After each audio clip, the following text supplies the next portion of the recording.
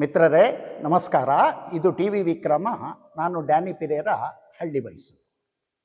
ಮೇ 28 ಭಾರತದ ಇತಿಹಾಸ ಕಂಡ ಅಪ್ರತಿಮ ಕ್ರಾಂತಿ ಸೂರ್ಯ ಸ್ವಾತಂತ್ರ್ಯವೀರ ವಿನಾಯಕ ದಾಮೋದರ್ ಸಾವರ್ಕರ್ ಅವರ ಜನ್ಮಸ್ಮರಣೆಯ ಪುಣ್ಯದಿನ. ಸಾವರ್ಕರ್ ಎಂದರೆ ಬರೀ ಹೆಸರಲ್ಲ, ಬ್ರಿಟಿಷ್ ಸಾಮ್ರಾಜ್ಯಶಾಹಿಯ ಕಡು ಕತ್ತಲೆಗೆ ಸಿಂಹಸ್ವಪ್ನವಾಗಿ ಕಾಡಿದ ಪ್ರಖರ ರಾಷ್ಟ್ರಭಕ್ತಿಯ ದಗದಗಿಸುವ ಜ್ವಾಲೆ. ಅಂಡಮಾನ್ ಜೈಲಿನ ಕಗ್ಗತ್ತಲ ಕೋಣೆಯ ನರಕಯಾತನೆಯಲ್ಲೂ ಮಾತೃಭೂಮಿಯ ಮುಕ್ತಿಗಾಗಿ ಕಲ್ಲು ಗೋಡೆಗಳ ಮೇಲೆಯೇ ಮೊಳೆಯಿಂದ ಮಹಾಕಾವ್ಯ ಬರೆದ ಧೀಮಂತ ಸಾಹಿತಿ ವೀರ ಸಾವರ್ಕರ್. ದೇಶದ ಸ್ವಾತಂತ್ರ್ಯಕ್ಕಾಗಿ 2 ಜನ್ಮಗಳ ಕಾಲ ಕಠಿಣ ಕಾರಾಗೃಹ ವಾಸದ ಶಿಕ್ಷೆಯನ್ನ ನಗ್ನಗ್ತ ಸ್ವೀಕರಿಸಿದ ಇಂಥ ಮಹಾಪುರುಷನ ತ್ಯಾಗದ ಇತಿಹಾಸ ಜಗತ್ತಿನಲ್ಲೇ ಅನನ್ಯವಾದದ್ದು. ಬೌದ್ಧಿಕತೆ, ಸಶಸ್ತ್ರ ಕ್ರಾಂತಿ ಹಾಗೂ ಸಾಮಾಜಿಕ ಸುಧಾರಣೆಯ ಮೂಲಕ ತಾಯಿ ಭಾರತೀಯ ಸೇವೆಗೆ ತನು ಮನ ಧನವನ್ನು ಅರ್ಪಿಸಿದ ಆ ಮಹಾ ಕ್ರಾಂತಿ ಪುರುಷನ ಪಾದಗಳಿಗೆ ನಮ್ಮ ಕೋಟಿ ಕೋಟಿ ಪ್ರಣಾಮಗಳನ್ನು ಸಲ್ಲಿಸುತ್ತಾ ಆ ಮಹಾಪುರುಷನ ಬದುಕನ್ನು ತಿಳಿಯುವ ಸಣ್ಣ ಪ್ರಯತ್ನವನ್ನು ಮಾಡೋಣ. ಅವರು 1883 ಮೇ 28 ಮಹಾರಾಷ್ಟ್ರದ ನಾಸಿಕ ಜಿಲ್ಲೆಯ ಭಾಗೂರು ಅನ್ನೋ ಹಳ್ಳಿಯಲ್ಲಿ ಹುಟ್ಟುತ್ತಾರೆ. ತಂದೆ ದಾಮೋದರ್ ಪಂತ್ ಸಾವರ್ಕರ್ ಮತ್ತು ತಾಯಿ ರಾಧಾಬಾಯಿ. ಇವರದ್ದು ಮಧ್ಯಮ ವರ್ಗದ ಸಾಂಪ್ರದಾಯಿಕ ಹಾಗೂ ಸಂಸ್ಕಾರವಂತ ಚಿತ್ಪಾವನ ಬ್ರಾಹ್ಮಣ ಕುಟುಂಬ. ವಿನಾಯಕ ಅವರಿಗೆ 2 ಸಹೋದರರು, ಅಣ್ಣ ಗಣೇಶ ಸಾವರ್ಕರ್, ತಮ್ಮ ನಾರಾಯಣ ಸಾವರ್ಕರ್ ಮತ್ತು ಒಬ್ಬಳು ತಂಗಿ ಮೈನಾಬಾಯಿ. ಇಡೀ ಸಾವರ್ಕರ್ ಕುಟುಂಬವೇ ಮುಂದೆ ದೇಶಕ್ಕಾಗಿ ತನ್ನನ್ನು ತಾನು ಅರ್ಪಿಸಿಕೊಳ್ತು. ವಿನಾಯಕ ಅವರ ಬಾಲ್ಯ ಸುಲಭದ್ದಾಗಿರಲಿಲ್ಲ. ಅತ್ಯಂತ ಎಳೆಯ ವಯಸ್ಸಿನಲ್ಲೇ ಅವರು ಕಠಿಣ ಸಾವು ನೋವುಗಳನ್ನು ನೋಡಬೇಕಾಗಿ ಬಂತು. ವಿನಾಯಕ ಅವರಿಗೆ ಕೇವಲ 9 ವರ್ಷ ವಯಸ್ಸಾಗಿದ್ದಾಗ ತಾಯಿ ರಾಧಾಬಾಯಿ ಕಾಲರ ಕಾಯಿಲೆಗೆ ತುತ್ತಾಗಿ ತೀರಿಕೊಳ್ತಾರೆ. ತಾಯಿಯನ್ನ ಕಳೆದುಕೊಂಡ 7 ವರ್ಷಗಳ ನಂತರ, ಅಂದರೆ 1899 ಮಹಾರಾಷ್ಟ್ರದಲ್ಲಿ ಪ್ಲೇಗ್ ಸಾಂಕ್ರಾಮಿಕ ರೋಗ ತೀವ್ರವಾಗಿ ಹರಡುತ್ತೆ. ಈ ಮಹಾಮಾರಿಗೆ ತಂದೆ ದಾಮೋದರ್ ಪಂತ್ ಅವರು ಬಲಿಯಾಗ್ತಾರೆ. ತಂದೆ ತಾಯಿಯ ಸಾವಿನ ನಂತರ ಅಣ್ಣ ಬಾಬಾರಾವ್ ಕುಟುಂಬದ ಜವಾಬ್ದಾರಿಯನ್ನು ಹೊತ್ತು ತಮ್ಮಂದಿರನ್ನ ಸಾಕಿ ಸಲಹುತ್ತಾರೆ. ಬಾಲ್ಯದಲ್ಲೇ ವಿನಾಯಕ ಅತ್ಯಂತ ಚುರುಕು ಮತ್ತು ಅಸಾಧಾರಣ ಪ್ರತಿಭಾವಂತ. ಅವರು ಶಾಲೆಯ ಪಠ್ಯಪುಸ್ತಕಗಳಿಗಿಂತ ಹೆಚ್ಚಾಗಿ ಇತಿಹಾಸ, ರಾಜಕೀಯ ಮತ್ತು ಜಗತ್ತಿನ ಕ್ರಾಂತಿಕಾರಿಗಳ ಕುರಿತಾಗಿರ್ತಕ್ಕಂಥ ಪುಸ್ತಕಗಳನ್ನು ಓದ್ತಿದ್ರು. ಅವರಿಗೆ ಕೇವಲ 11 ವರ್ಷ ವಯಸ್ಸಾಗಿದ್ದಾಗ ಸ್ಥಳೀಯ ಪತ್ರಿಕೆಗಳಲ್ಲಿ ಅವರು ಬರೆದಿರ್ತಕ್ಕಂಥ ದೇಶಭಕ್ತಿ ಕವನಗಳು ಮತ್ತು ಲೇಖನಗಳು ಪ್ರಕಟವಾಗ್ತಿದ್ವು. ಅವರ ಭಾಷಣ ಕಲೆ ಮತ್ತು ತರ್ಕಬದ್ಧ ಮಾತುಗಳನ್ನು ನೋಡಿ ಶಿಕ್ಷಕರು ಮತ್ತು ಊರಿನ ಹಿರಿಯರು ಬೆರಗಾಗ್ತಿದ್ರು. ಅವರ ಬಾಲ್ಯದ ದಿನಗಳಲ್ಲೇ ಭಾರತದಲ್ಲಿ ಬ್ರಿಟಿಷರ ದೌರ್ಜನ್ಯ ತಾರಕಕ್ಕೇರಿತು. ಪುಣೆಯ ಕ್ರೂರ ಪ್ಲೇಗ್ ಕಮಿಷನರ್ ರ್ಯಾಂಡ್ನನ್ನು ಕೊಂದಿದ್ದಕ್ಕೋಸ್ಕರ ಬ್ರಿಟಿಷ್ ಸರ್ಕಾರ ಕ್ರಾಂತಿಕಾರಿಗಳಾಗಿರ್ತಕ್ಕಂಥ ಚಾಪೇಕರ್ ಸಹೋದರರನ್ನ ಗಲ್ಲಿಗೇರಿಸಿತು. ಈ ಸುದ್ದಿ ಕೇಳಿದಾಗ 15 ವರ್ಷದ ಹುಡುಗ ವಿನಾಯಕ ತೀವ್ರವಾಗಿ ನೊಂದ್ಕೋತಾನೆ. ಇಡೀ ರಾತ್ರಿ ಅತ್ತು ಕಣ್ಣೀರು ಹಾಕ್ತಾನೆ. ಅವತ್ತೇ ತಡರಾತ್ರಿ ಅವರು ತಮ್ಮ ಮನೆಯ ಕುಲದೇವತೆಯಾದಂಥ ಅಷ್ಟಭುಜಾದೇವಿಯ ವಿಗ್ರಹದ ಮುಂದೆ ಮೊಣಕಾಲೂರಿ ಕುಳಿತುಕೊಂಡು ದೇವಿಯ ಪಾದ ಮುಟ್ಟಿ, ನನ್ನ ದೇಶದ ಸ್ವಾತಂತ್ರ್ಯಕ್ಕೋಸ್ಕರ, ತಾಯಿ ಭಾರತೀಯ ಮುಕ್ತಿಗಾಗಿ ನಾನು ಸಶಸ್ತ್ರ ಕ್ರಾಂತಿಯ ಹಾದಿಯನ್ನು ಹಿಡಿತೇನೆ. ಬ್ರಿಟಿಷರನ್ನ ಈ ದೇಶದಿಂದ ಓಡಿಸುವವರೆಗೂ ನಾನು ವಿಶ್ರಮಿಸೋದಿಲ್ಲ. ಶತ್ರುವನ್ನು ಕೊಲ್ಲುತ್ತಾ ಅಥವಾ ದೇಶಕ್ಕಾಗಿ ಪ್ರಾಣ ತ್ಯಜಿಸ್ತಾ ಹೋರಾಡ್ತೇನೆ ಅಂತಕ್ಕಂಥ ಐತಿಹಾಸಿಕ ಶಪಥವನ್ನು ಮಾಡ್ತಾರೆ. ಅವರ ಬಾಲ್ಯದ ಶಪಥ ಕೇವಲ ಮಾತಿಗೆ ಸೀಮಿತವಾಗಿರಲಿಲ್ಲ. ತಮ್ಮ ಆಲೋಚನೆಗಳನ್ನು ಕೃತಿರೂಪಕ್ಕೆ ತರ್ತಕ್ಕಂಥ ಅವರು ಶಾಲಾ ದಿನಗಳಲ್ಲೇ ಯುವಕರನ್ನು ಸಂಘಟಿಸಲಿಕ್ಕೆ ಆರಂಭಿಸ್ತಾರೆ. 1900 ಅಂದರೆ ತಮ್ಮ 17ನೇ ವಯಸ್ಸಿನಲ್ಲಿ ವಿನಾಯಕ ದಾಮೋದರ್ ಸಾವರ್ಕರ್ ಅವರು ನಾಸಿಕದಲ್ಲಿ ಮಿತ್ರಮೇಳ ಅನ್ನೋ ಹೆಸರಿನ ಯುವಕರ ದೇಶಭಕ್ತಿ ಸಂಘಟನೆಯನ್ನು ಆರಂಭ ಮಾಡ್ತಾರೆ. ಆ ಸಂಘಟನೆಯ ಮೂಲಕ ಅವರು ಗೆಳೆಯರನ್ನ ಒಟ್ಟುಗೂಡಿಸಿ ಶಿವಾಜಿ ಮಹಾರಾಜರ ಇತಿಹಾಸ, ದೈಹಿಕ ಕಸರತ್ತು ಮತ್ತು ದೇಶಭಕ್ತಿಯ ಚರ್ಚೆಗಳನ್ನು ನಡೆಸ್ತಾರೆ. ಇದೇ ಮುಂದೆ ಮಿತ್ರಮೇಳ ಅಂತಕ್ಕಂಥ ಸಂಘಟನೆಯಾಗಿ 1904ರಲ್ಲಿ ಭಾರತದ ಪ್ರಸಿದ್ಧ ರಹಸ್ಯ ಕ್ರಾಂತಿಕಾರಿಗಳ ಸಂಘಟನೆಯಾದ ಅಭಿನವ ಭಾರತ ಆಗಿ ರೂಪಾಂತರಗೊಳ್ಳುತ್ತೆ. ವಿನಾಯಕನಿಗೆ ಇಡೀ ಭಾರತ ಮಾತೆಯ ತಾಯಿಯಾಗಿ ಕಾಣ್ತಾಳೆ. ದೇಶ ಗುಲಾಮಗಿರಿಯ ನರಕದಲ್ಲಿದ್ದಾಗ ಆ ಎಳೆಯ ಮನಸ್ಸು ರಕ್ತಸಿಕ್ತವಾಗುತ್ತೆ. ಪುಣೆಯ ಫರ್ಗುಸನ್ ಕಾಲೇಜಿನಲ್ಲಿ ಓದ್ತಿದ್ದಾಗ ವಿದೇಶಿ ಬಟ್ಟೆಗಳನ್ನು ಸಾರ್ವಜನಿಕವಾಗಿ ಹೋಳಿಯಾಗಿ ಆಚರಿಸ್ತಾರೆ. ಬ್ರಿಟಿಷ್ ಸಾಮ್ರಾಜ್ಯಶಾಹಿಯ ವೈಭವವನ್ನು ಸುಟ್ಟು ಬೂದಿ ಮಾಡಿದಂಥ ಧೀರ ಈ ವಿನಾಯಕ ದಾಮೋದರ್ ಸಾವರ್ಕರ್. ಉನ್ನತ ಶಿಕ್ಷಣಕ್ಕೋಸ್ಕರ ಲಂಡನ್ಗೆ ಹೋದಂಥ ಸಾವರ್ಕರ್ ಅಲ್ಲಿ ಇಂಡಿಯಾ ಹೌಸ್ ಅಂತಕ್ಕಂಥ ಕ್ರಾಂತಿಕಾರಿಗಳ ಪ್ರಮುಖ ಕೇಂದ್ರವನ್ನಾಗಿ ಮಾಡ್ತಾರೆ. ತೆರೆಯ ಮರೆಯಲ್ಲಿ ಅವರು ಇಡೀ ಭಾರತದ ಕ್ರಾಂತಿಯ ಜಾಲವನ್ನು ನಿಯಂತ್ರಿಸ್ತಾರೆ. ಜೋಸೆಫ್ ಮ್ಯಾಜಿನಿ ಇಟಲಿಯ ಕ್ರಾಂತಿಕಾರಿ. ಮ್ಯಾಜಿನಿಯ ಆತ್ಮಕಥೆಯನ್ನ ಮರಾಠಿಗೆ ಅನುವಾದಿಸ್ತಾರೆ. ಭಾರತದ ಯುವಕರಲ್ಲಿ ಸ್ವಾತಂತ್ರ್ಯದ ಕಿಚ್ಚು ಹಚ್ಚುತ್ತಾರೆ. ಕಲ್ಲುಗೋಡೆಯೇ ಅವರಿಗೆ ಕಾಗದ ಆಗುತ್ತೆ, ಮೊಳೆಯೇ ಅವರಿಗೆ ಪೆನ್ ಆಗುತ್ತೆ.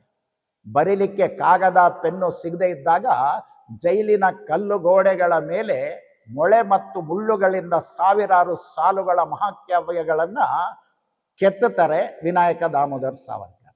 ಒಂದು ಕಾವ್ಯ ಮುಗಿದ ತಕ್ಷಣ ಅದನ್ನ ಬಾಯ್ಪಾಠ ಮಾಡಿ ನಂತರ ಅದನ್ನ ಅಳಿಸಿ ಮತ್ತೊಂದು ಕಾವ್ಯವನ್ನ ಬರೀತಿದ್ರು.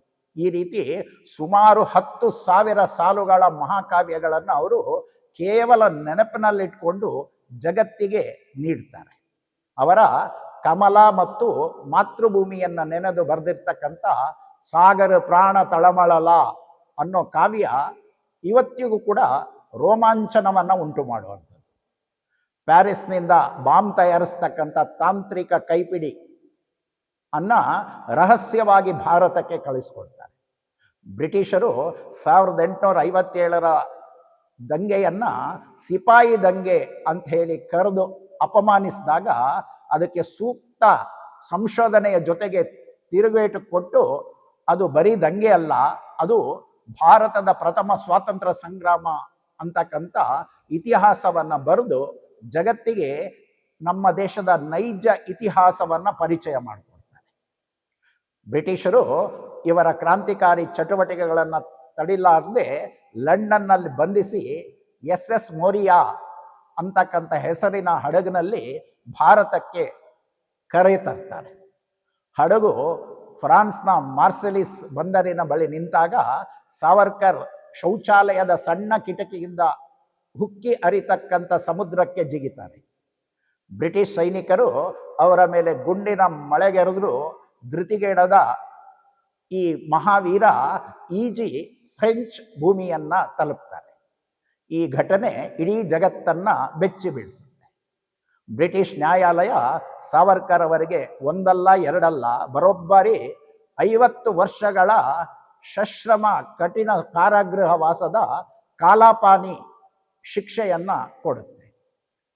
ಅವತ್ತು ಸಾವರ್ಕರ್ ನಗುತ್ತಾ ಬ್ರಿಟಿಷ್ ನ್ಯಾಯಾಧೀಶನಿಗೆ ಹೇಳ್ತಾರೆ, ನನ್ನನ್ನು 50 ವರ್ಷ ಜೈಲಿನಲ್ಲಿ ಇಡ್ಲಿಕ್ಕೆ ನಿಮ್ಮ ಬ್ರಿಟಿಷ್ ಸಾಮ್ರಾಜ್ಯವೇ ಅಷ್ಟು ದಿನ ಬದುಕಿರುತ್ತಾ ಅಂತ ಪ್ರಶ್ನೆ ಮಾಡ್ತಾರೆ. ಆದರೆ ಅಂಡಮಾನನ ಸೆಲ್ಯುಲರ್ ಜೈಲಿನಲ್ಲಿ ಬ್ರಿಟಿಷರು ನೀಡಿರ್ತಕ್ಕಂಥ ಯಾತನೆಗಳನ್ನ ನೆನಪು ಮಾಡಿಕೊಂಡ್ರೆ ಇವತ್ತಿಗೂ ದೇಶಭಕ್ತರ ಕಣ್ಣಲ್ಲಿ ನೀರು ಬರುತ್ತೆ. ಮಿತ್ರರೇ, ಅವರನ್ನು 7-11 ಅಡಿ ಉದ್ದಗಲದ ಅತ್ಯಂತ ಕಿರಿದಾದ ಗಾಳಿ ಬೆಳಕಿಲ್ಲದೆ ಇರ್ತಕ್ಕಂಥ ಕೋಣೆಯಲ್ಲಿ ಇಡಲಾಗುತ್ತೆ. ಎಣ್ಣೆ ಗಾಣಕ್ಕೆ ಎತ್ತಿನಂತೆ ಕಟ್ಟಿ ಅವರನ್ನ ದಿನವಿಡೀ ಸುತ್ತಿಸಲಾಗುತ್ತೆ. ದೇಹದಿಂದ ರಕ್ತ ಹರಿದ್ರೂ ಗಾಣ ತಿರುಗಿಸ್ತಕ್ಕಂಥ ದಯನೀಯ ಸ್ಥಿತಿ ಅವ್ರದ್ದಾಗುತ್ತೆ. ನಿಗದಿತ ಪ್ರಮಾಣದ ಎಣ್ಣೆ ತೆಗೆದಿದ್ರೆ ಚಾವಟಿಯಿಂದ ಹೊಡೆಯಲಾಗುತ್ತೆ. ಕುಡಿಲಿಕ್ಕೆ ಸರಿಯಾಗಿರ್ತಕ್ಕಂಥ ನೀರಿರಲ್ಲ. ತಿನ್ನಲಿಕ್ಕೆ ಹುಳುಗಳಿದ್ದ ಆಹಾರವನ್ನು ಕೊಡ್ತಾರೆ. ಸಾವರ್ಕರ್ ಅವರ ಅಣ್ಣ ಬಾಬಾರಾವ್ ಸಾವರ್ಕರ್ ಕೂಡ ಅದೇ ಜೈಲಿನಲ್ಲಿ ಇರ್ತಾರೆ. ಆದರೆ ಕ್ರೂರ ಬ್ರಿಟಿಷರು ಇಬ್ಬರಿಗೂ ಪರಸ್ಪರ ಭೇಟಿಯಾಗಲಿಕ್ಕೆ ಅವಕಾಶ ಕೊಡಲ್ಲ. 3 ವರ್ಷಗಳ ನಂತರ ಒಂದು ದಿನ ಜೈಲಿನ ಕಾರಿಡಾರ್ನಲ್ಲಿ ಇಬ್ಬರು ಮುಖಾಮುಖಿಯಾದಾಗ ಅಣ್ಣನ ಕಣ್ಣಲ್ಲಿ ಕಣ್ಣೀರು. ಆಗ ವೀರ ಸಾವರ್ಕರ್ ಹೇಳ್ತಾರೆ, ಅಣ್ಣ, ಈ ಕಣ್ಣೀರು ಭಾರತ ಮಾತೆಯ ಮುಕ್ತಿಗೆ ಅರ್ಪಿಸ್ತಕ್ಕಂಥ ಆರ್ಘ್ಯ ಅಂತ ಹೇಳ್ತಾರೆ. ನಾವು ವೀರ ಸಾವರ್ಕರ್ ಅವರ ಬಗ್ಗೆ ಮಾತನಾಡುವಾಗ ಅವರ ಧರ್ಮಪತ್ನಿ ಯಮುನಾಬಾಯಿ ಅವರ ತ್ಯಾಗವನ್ನ ಮರೆಯೋ ಹಾಗಿಲ್ಲ. ಗಂಡ ಅಂಡಮಾನಿನ ಜೈಲಿನಲ್ಲಿದ್ದಾಗ ಇತ್ತ ಯಮುನಾಬಾಯಿ ಅವರು ಭಾರತದಲ್ಲಿ ಅತ್ಯಂತ ಬಡತನ ಮತ್ತು ಕಷ್ಟದ ದಿನಗಳನ್ನು ಕಳೀತಾರೆ. ಅವರ ಪುಟ್ಟ ಮಗ ಮರಣ ಹೊಂದಿದಾಗಲೂ ಕೂಡ ಗಂಡನಿಗೆ ತಿಳಿಸ್ಲಿಕ್ಕೆ ಆಕೆಗೆ ಸಾಧ್ಯ ಆಗಲ್ಲ. ಜೈಲಿನಲ್ಲಿದ್ದ ಗಂಡನಿಗೆ ಯಮುನಾಬಾಯಿ ಪತ್ರ ಬರೆದು ಧೈರ್ಯ ತುಂಬುತ್ತಾರೆ.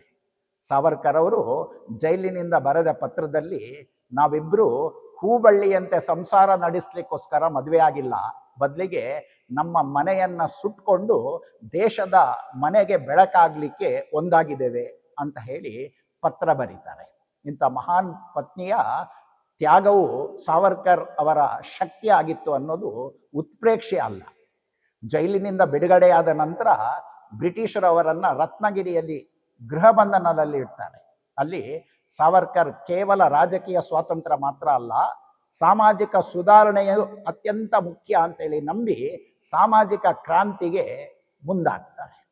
ಹಿಂದೂ ಸಮಾಜವನ್ನ ಒಳಗಿನಿಂದಲೇ ತಿಂತಕ್ಕಂಥ 7 ಪ್ರಮುಖ ಆಚರಣೆಗಳನ್ನ ವೇದೋಕ್ತ, ವ್ಯವಸಾಯ, ಸ್ಪರ್ಶ, ಶುದ್ಧಿ, ರೋಟಿ, ಬೇಟಿ, ಸಿಂಧು, ಬಂಧನಗಳು ಇವನ್ನ ಕಟುವಾಗಿ ವಿರೋಧಿಸ್ತಾರೆ. ಅಸ್ಪೃಶ್ಯತೆ ನಿವಾರಣೆ ಆಗಬೇಕು, ಜಾತಿ ತಾರತಮ್ಯ ಇರಬಾರ್ದು ಅಂತ ಹೇಳಿ ಅದರ ವಿರುದ್ಧ ಹೋರಾಡ್ತಾರೆ. 1931ರಲ್ಲಿ ರತ್ನಗಿರಿಯಲ್ಲಿ ಅವರು ಸ್ಥಾಪಿಸಿರ್ತಕ್ಕಂಥ ಪತಿತ ಪಾವನ ಮಂದಿರ ಇತಿಹಾಸ ಸೃಷ್ಟಿಸುತ್ತೆ. ಅಲ್ಲಿ ದಲಿತರು ಸೇರಿದಾಗೆ ಸಮಾಜದ ಎಲ್ಲ ವರ್ಗದ ಜನರಿಗೆ ಪೂಜೆ ಮಾಡ್ತಕ್ಕಂಥ ಮತ್ತು ಅರ್ಚಕರಾಗುವಂಥ ಮುಕ್ತ ಅವಕಾಶವನ್ನ ಒದಗಿಸಲಾಗುತ್ತೆ. ಮಹಾತ್ಮ ಗಾಂಧೀಜಿ ಅವರಂತೂ ಆ ರತ್ನಗಿರಿಗೆ ಭೇಟಿ ನೀಡಿದಾಗ ಸಾವರ್ಕರ್ ಅವರ ಈ ಸಾಮಾಜಿಕ ಸುಧಾರಣೆಯನ್ನ ಮುಕ್ತ ಕಂಠದಿಂದ ಶ್ಲಾಘಿಸ್ತಾರೆ.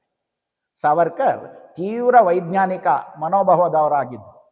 ಇವತ್ತಿಗೂ ನಾವು ಬಳಸ್ತಕ್ಕಂಥ ಅನೇಕ ರಾಜಕೀಯ ಮತ್ತು ತಾಂತ್ರಿಕ ಶಬ್ದಗಳನ್ನ ಭಾರತೀಯ ಭಾಷೆಗೆ ತಂದರು.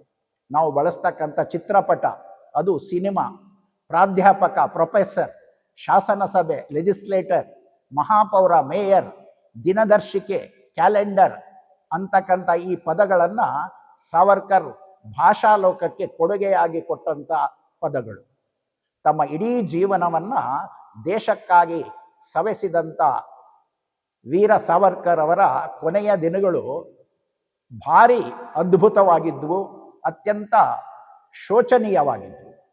ತಮಗೆ ಅನಾರೋಗ್ಯ ಕಾಡಿದಾಗ ತಮ್ಮ ಜೀವನದ ಉದ್ದೇಶ ಈಡೇರಿದೆ ಅಂತ ಹೇಳಿ ಅವರು ಭಾವಿಸಿ ಜೈನ ಧರ್ಮದ ಸಲ್ಲೇಖನ ವ್ರತದ ಮಾದರಿಯಲ್ಲೇ ಪ್ರಾಯೋಪವೇಶ ಅಂದ್ರೆ ಅನ್ನ ಮತ್ತು ನೀರನ್ನ ಸ್ವಇಚ್ಛೆಯಿಂದ ತ್ಯಜಿಸ್ತಕ್ಕಂಥ ನಿರ್ಧಾರವನ್ನ ಮಾಡ್ತಾರೆ.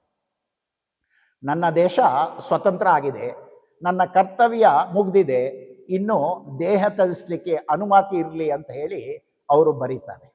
1966 ಫೆಬ್ರವರಿ 26ರಂದು ಮುಂಬೈನಲ್ಲಿ ಕೊನೆಯುಸಿರೆಳೆದು ಭಾರತ ಮಾತೆಯ ಮಡಿಲಿಗೆ ಸಮರ್ಪಿಸ್ಕೊತಾರೆ. ವೀರ ಸಾವರ್ಕರ್ ಅವರ ಇಡೀ ಜೀವನ ನಮಗೊಂದು ಇತಿಹಾಸ ಪಾಠ ಮಾತ್ರವಲ್ಲ, ಅದು ನಮ್ಮ ದೇಶಭಕ್ತಿಯನ್ನು ಜಾಗೃತಿಗೊಳಿಸ್ತಕ್ಕಂಥ ದಿವ್ಯ ಪ್ರೇರಣಾ ಶಕ್ತಿ. ಬ್ರಿಟಿಷರ ಅಮಾನವೀಯ ದೌರ್ಜನ್ಯಗಳಿಗೂ ಬಗ್ಗದೆ ಅಂಡಮಾನನ ಕಲ್ಲುಗೋಡೆಗಳನ್ನು ತನ್ನ ಕಾವ್ಯಶಕ್ತಿಯಿಂದ ನಡಗಿಸಿದಂಥ ಆ ಧೀರನ ತ್ಯಾಗವನ್ನ ಭಾರತ ಎಂದಿಗೂ ಮರೀಲಿಕ್ಕೆ ಸಾಧ್ಯ ಇಲ್ಲ.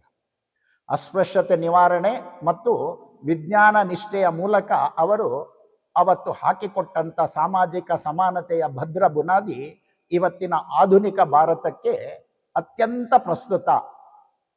ವೀರ ಸಾವರ್ಕರ್ ಅವರ ರಾಷ್ಟ್ರ ಚಿಂತನೆ, ಅಖಂಡ ಭಾರತದ ಕನಸನ್ನ ನನಸು ಮಾಡುವುದು ಇಂದಿನ ಯುವ ಪೀಳಿಗೆಯಾದ ನಮ್ಮೆಲ್ಲರ ಆದ್ಯ ಕರ್ತವ್ಯ ಆಗಿದೆ. ಮಿತ್ರರೇ, ದೇಶವೇ ಮೊದಲು ಎಂಬ ಆ ಕ್ರಾಂತಿ ಸೂರ್ಯನ ದಾರಿದೀಪದಲ್ಲಿ ಮುನ್ನಡಿತಕ್ಕಂಥ ಭವ್ಯ ಭಾರತವನ್ನ ಕಟ್ಟಲು ನಾವೆಲ್ಲರೂ ಸಂಕಲ್ಪ ಮಾಡೋಣ ಅಂತ ಹೇಳ್ತಾ ಈ ಸಂಚಿಕೆ ಮುಗಿಸ್ತಾ ಇದ್ದೇನೆ. ಧನ್ಯವಾದಗಳು. ವಂದೇ ಮಾತರಂ. ಟಿವಿ ವಿಕ್ರಮ, ದೇಶ ನಿಮ್ಮ ಕೈಯಲ್ಲಿ. ಈ ಕಾರ್ಯಕ್ರಮ ನಿಮಗೆ ಇಷ್ಟ ಆಗಿದ್ದಲ್ಲಿ ಲೈಕ್, ಶೇರ್ ಹಾಗೂ ಕಮೆಂಟ್ ಮಾಡಿ. ಟಿವಿ ವಿಕ್ರಮದ ಕಾರ್ಯಕ್ರಮಗಳನ್ನು ನಿರಂತರವಾಗಿ ವೀಕ್ಷಿಸಲು ಸಬ್ಸ್ಕ್ರೈಬ್ ಮಾಡಿ, ಬೆಲ್ ಐಕನ್ ಒತ್ತಿ.